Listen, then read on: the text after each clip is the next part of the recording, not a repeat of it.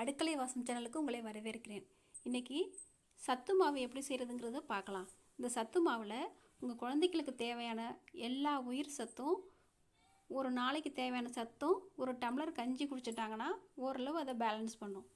Early morning இது குடிச்சிட்டாங்களே போதும், அவங்களுக்கு பிரேக்ஃபாஸ்ட்டை அவங்க அவாய்ட் பண்ணால் கூட அது அந்தளவுக்கு அவங்களுக்கு சக்தியை கொடுக்கும்.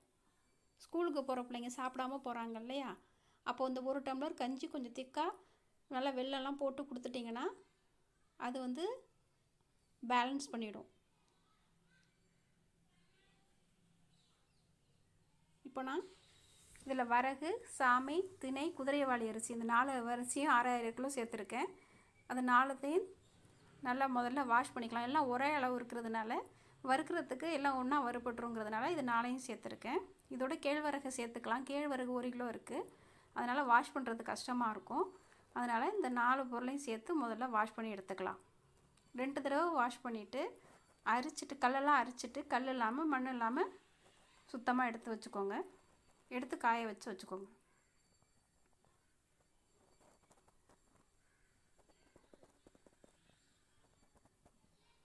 அடுத்தது கேழ்வரகையும் இதே மாதிரி வாஷ் பண்ணி எடுத்து காய வச்சுக்கலாம்.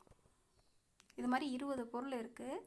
எல்லா பொருளையும் தனித்தனியாக கழுவி காய வச்சு எடுத்து வச்சுக்கோங்க. வீடியோ ரொம்ப லாங் ஆகுங்கிறதுனால நான் அதை காமிக்கலை. எல்லாத்தையும் காய வச்சு வச்சுருக்கேன் பாருங்கள். சோயா, கொள்ளு, சம்பா கோதுமை, பார்லி,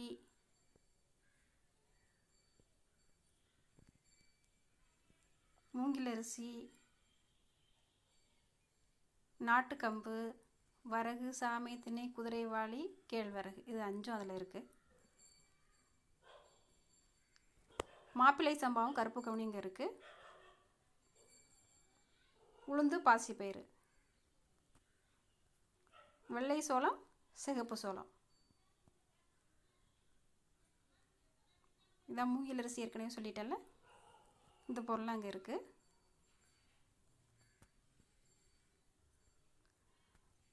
வாணலி அடுப்பில் வச்சுக்கலாம். முதல்ல சோயா வறுத்துக்குவோம். சோயா நிறம் மாறி அதில் வெடிப்பு வரும். அந்த அளவுக்கு அந்த நேரத்துக்கு வரைக்கும் நீங்கள் அதை வறுத்தா போதும். இதுக்கு ரொம்ப டைம் ஆகுங்க.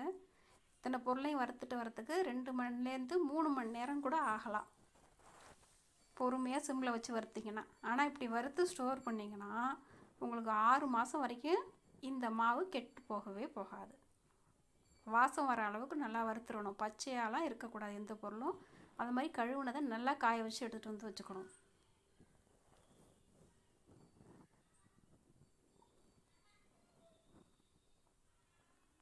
நிறம் மாறிடுச்சு. சின்ன சின்னதாக வெடிப்பு தெரியும் உங்களுக்கு. வாசமும் வந்துடுச்சு. இதை ஒரு பிளேட்டில் மாற்றிக்கலாம். ஒரு பெரிய தாம்பளத்தில் மாற்றிக்கோங்க. 2 தாம்பளம் எடுத்து வச்சுக்கோங்க. நம்ம இப்போ எல்லா பொருளும் நம்ம சொல்லியிருக்க அளவு பார்த்தா 8 கிலோவுக்கு மேலே வரும்.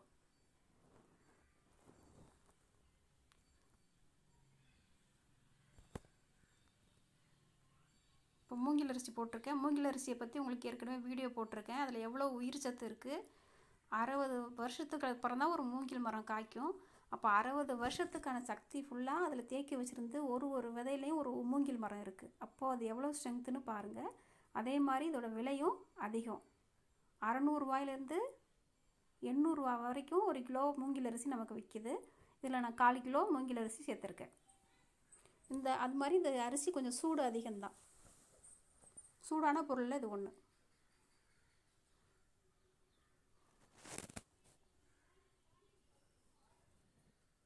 இது வாசம் வர அளவுக்கு வறுத்தா போதும். இதுவும் லைட்டாக வெடிக்கும். வறுத்தாச்சு. அதை தாம்பளத்தில் போட்டுக்கலாம். இந்த தாம்பளத்தை கீழே காற்றோட்டமாக இருக்கிற மாதிரி வச்சுக்கோங்க. ஏன்னா அது கீழே இருந்து அப்படியே ஈரம் கோத்துக்கும். அதனால் பக்கத்தில் இருக்கிற ஸ்டவ்வில் வச்சுட்டு இன்னொரு ஸ்டவ்வில் வச்சு நீங்கள் வறுத்திங்கன்னா கீழே இருந்து அந்த காற்று அதில் பரவி அது வேர்க்காமல் பார்த்துக்கும்.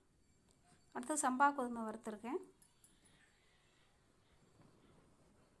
இந்த நாட்டுக்கம்பு இது தாங்க, பார்க்குறதுக்கு எப்படி தெரியுது பாருங்கள்.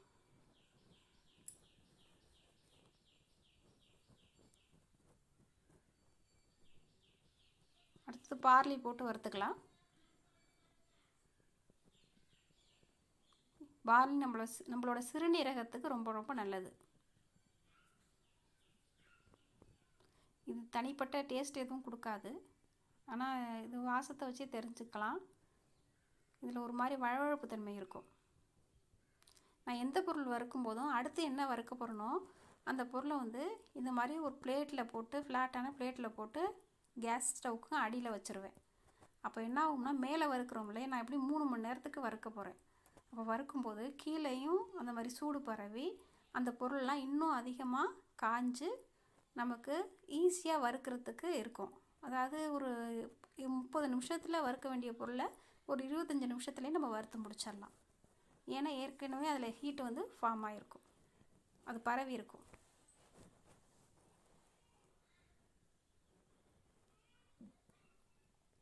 அடுத்தது வெள்ளை சோளமும் சிவப்பு சோளமும், இது ரெண்டும் ஒரே அளவு சைஸ் இருக்கிறதுனால ஒன்றாவே கழுவி காய வச்சுருக்கேன். வெள்ளை சோளம் 1/2 கிலோ, சிகப்பு சோளம் 1/2 கிலோ. அதே மாதிரி சம்பா கோதுமை 1/2 கிலோ, மூங்கில் அரிசி 1/4 கிலோ, உளுந்து 1/2 கிலோ, பாசிப்பயிறு 1/2 கிலோ, மாப்பிள்ளை சம்பா அரிசி 1/2 கிலோ, கருப்பு கவுனி அரிசி 1/2 கிலோ. கேழ்வரகு மட்டும் 1 கிலோ எடுத்திருக்கேன். அதே மாதிரி நாட்டுக்கம்பு அதுவும் 1 கிலோ எடுத்திருக்கேன். நாட்டுக்கம்பும் சாதாரண கம்பை விட விலை அதிகம்தாங்க, இருந்தாலும் பரவாயில்ல, குழந்தைங்களுக்காக செய்கிறீங்க, நல்ல பொருளை செஞ்சு கொடுங்க. அதில் சக்தி அதிகமாக இருக்குது. எல்லாமே பொரியணும்னு அவசியம் இல்லை, இந்த பாப்கார்ன் மாதிரி எல்லாம் பொரியணும்னு அவசியம் இல்லை. நல்லா வறுபட்டு சோளத்தோட வாசம் நல்லா வந்தாலே போதும். ரொம்ப நேரம் வறுத்திங்கன்னா அது கருகிடும். அதனால் உங்களுக்கு எந்த டயத்தில் வாசம் வருதோ அந்த டயத்தில் அதை நீங்கள் எடுத்துக்குங்க. அதுமாதிரி உளுந்து பாசிப்பயிறு எல்லாத்தையும் வறுத்து எடுத்துக்கிட்டேன். அது 1 கிலோ வந்துச்சு.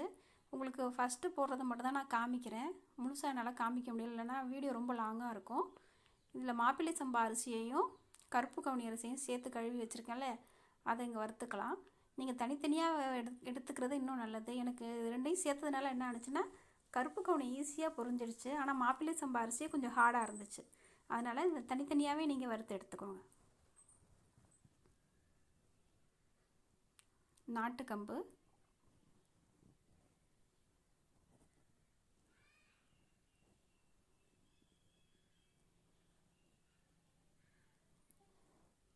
ஒரு நேரத்தில் நான் 1/4 கிலோ தான் போட்டு வறுக்கிறேன். இது வந்து எனக்கு 8.5 கிலோ மாவு வரும். நீங்கள் என்ன பண்ணுறீங்கன்னா, உங்களுக்கு உங்கள் அளவுக்கு எவ்வளோ தேவைப்படுதோ அதுக்கு தகுந்த மாதிரி நீங்கள் ரேஷியோவை மாற்றிக்கோங்க. இது 6 மாதம் வரைக்கும் கெட்டு போகாது. இதில் வந்து முந்திரி பருப்பு, பாதாம், பிஸ்தா எதுவுமே நான் சேர்க்கலை. அது சேர்த்தோம்னா ஈஸியாக எண்ணெய் காரல் வந்துடும். அதனால் அந்த பொருட்களை நான் இதில் சேர்க்கவே இல்லை. அதை பசங்களுக்கு வேணும்னா சாப்பிட்றதுக்கு கொடுத்தாலே சாப்பிட்ருவாங்க. இந்த மாதிரி பொருளை வந்து அவங்க சாப்பிட்றதுக்கு தயங்குவாங்க. அதனால் இப்படி சத்து மாவு கஞ்சியாக கொடுத்துட்டோம்னா அவங்க ஈஸியாக குடிச்சிருவாங்க. ஸ்கூலுக்கு போகும்போது எந்த அவசரத்தில் போனாலும் ஒரு டம்ளர் கொடுத்துட்டிங்கன்னா அவங்க குடிச்சிட்டு போயிட்டாங்கன்னா அன்றைக்கி பிரேக்ஃபாஸ்ட் கூட தேவையில்லை, அந்த சக்தி அவங்களுக்கு கிடச்சிரும். அடுத்தது கொள்ளு வந்து சளிக்கு இது நல்லது, உடம்பை வலுவாக்கும். உடல் எடையை குறைக்க விரும்புகிறவங்களுக்கு இது உதவும்.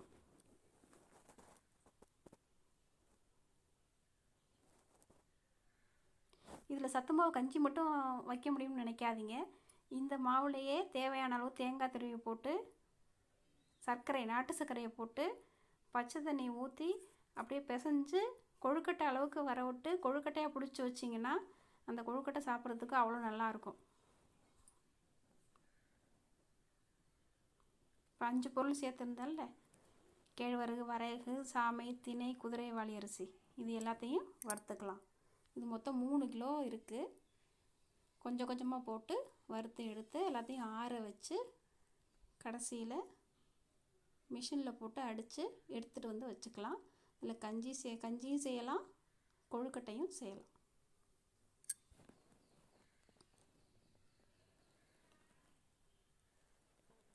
இது ரெண்டுமே பிடிக்காத பிள்ளைங்களுக்கு ஒரு டம்ளர் பாலில் இது ஒரு டேபிள் ஸ்பூனோ ஒரு டீஸ்பூனோ இந்த பவுடரையும் சர்க்கரையும் போட்டு ஆற்றி கொடுத்தீங்கனாலும் அதுவும் நல்லது தான். அப்படியும் கொடுக்கலாம், ஏன்னா எல்லாமே வறுத்த பொருள், நல்லா வறுத்துருக்கு.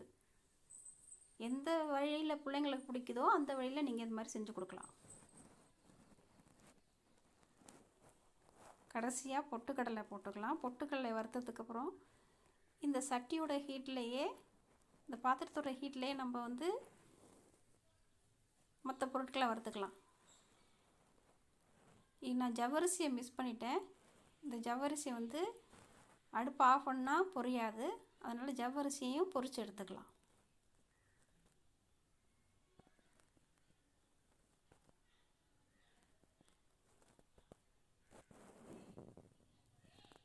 ஜவ்வரிசி நல்லா பொரியணுங்க. கலரே மாறி அதோட ஒயிட் கலர் மாறி வந்திருக்கா, நல்லா பொரிஞ்சு வரணும். சுக்கையும் வறுத்து, சுக்கு ஏலக்காய் அடுப்பு ஆஃப் பண்ணிட்டா போதும். அந்த பாத்திரத்தோட ஹீட்லேயே சுக்கு ஏலக்காய், பெரிய துண்டு சுக்கு, ஒரு 6 கிராமு கிட்ட ஏலக்காய். ஏலக்காய் வாசம் பிடிக்கும்னா இன்னும் கொஞ்சம் கூட நீங்கள் ஏலக்காய் சேர்த்துக்கலாம். ஏன்னா 8 கிலோ பொருள் சேர்க்குறீங்கள. வறுத்து எல்லாத்தையும் போட்டு ஆற வச்சு அடித்து எடுத்துகிட்டு வந்து வச்சுக்கோங்க. உங்கள் பிள்ளைங்களுக்கு என்ன மாதிரி பிடிக்குதோ அந்த மாதிரி செஞ்சு கொடுத்து அவங்களோட சக்தியை அதிகமாக்குங்க. அடிச்சிட்டு வந்தாச்சு, நம்மளோட சத்து மாவு ரெடி ஆயிடுச்சு.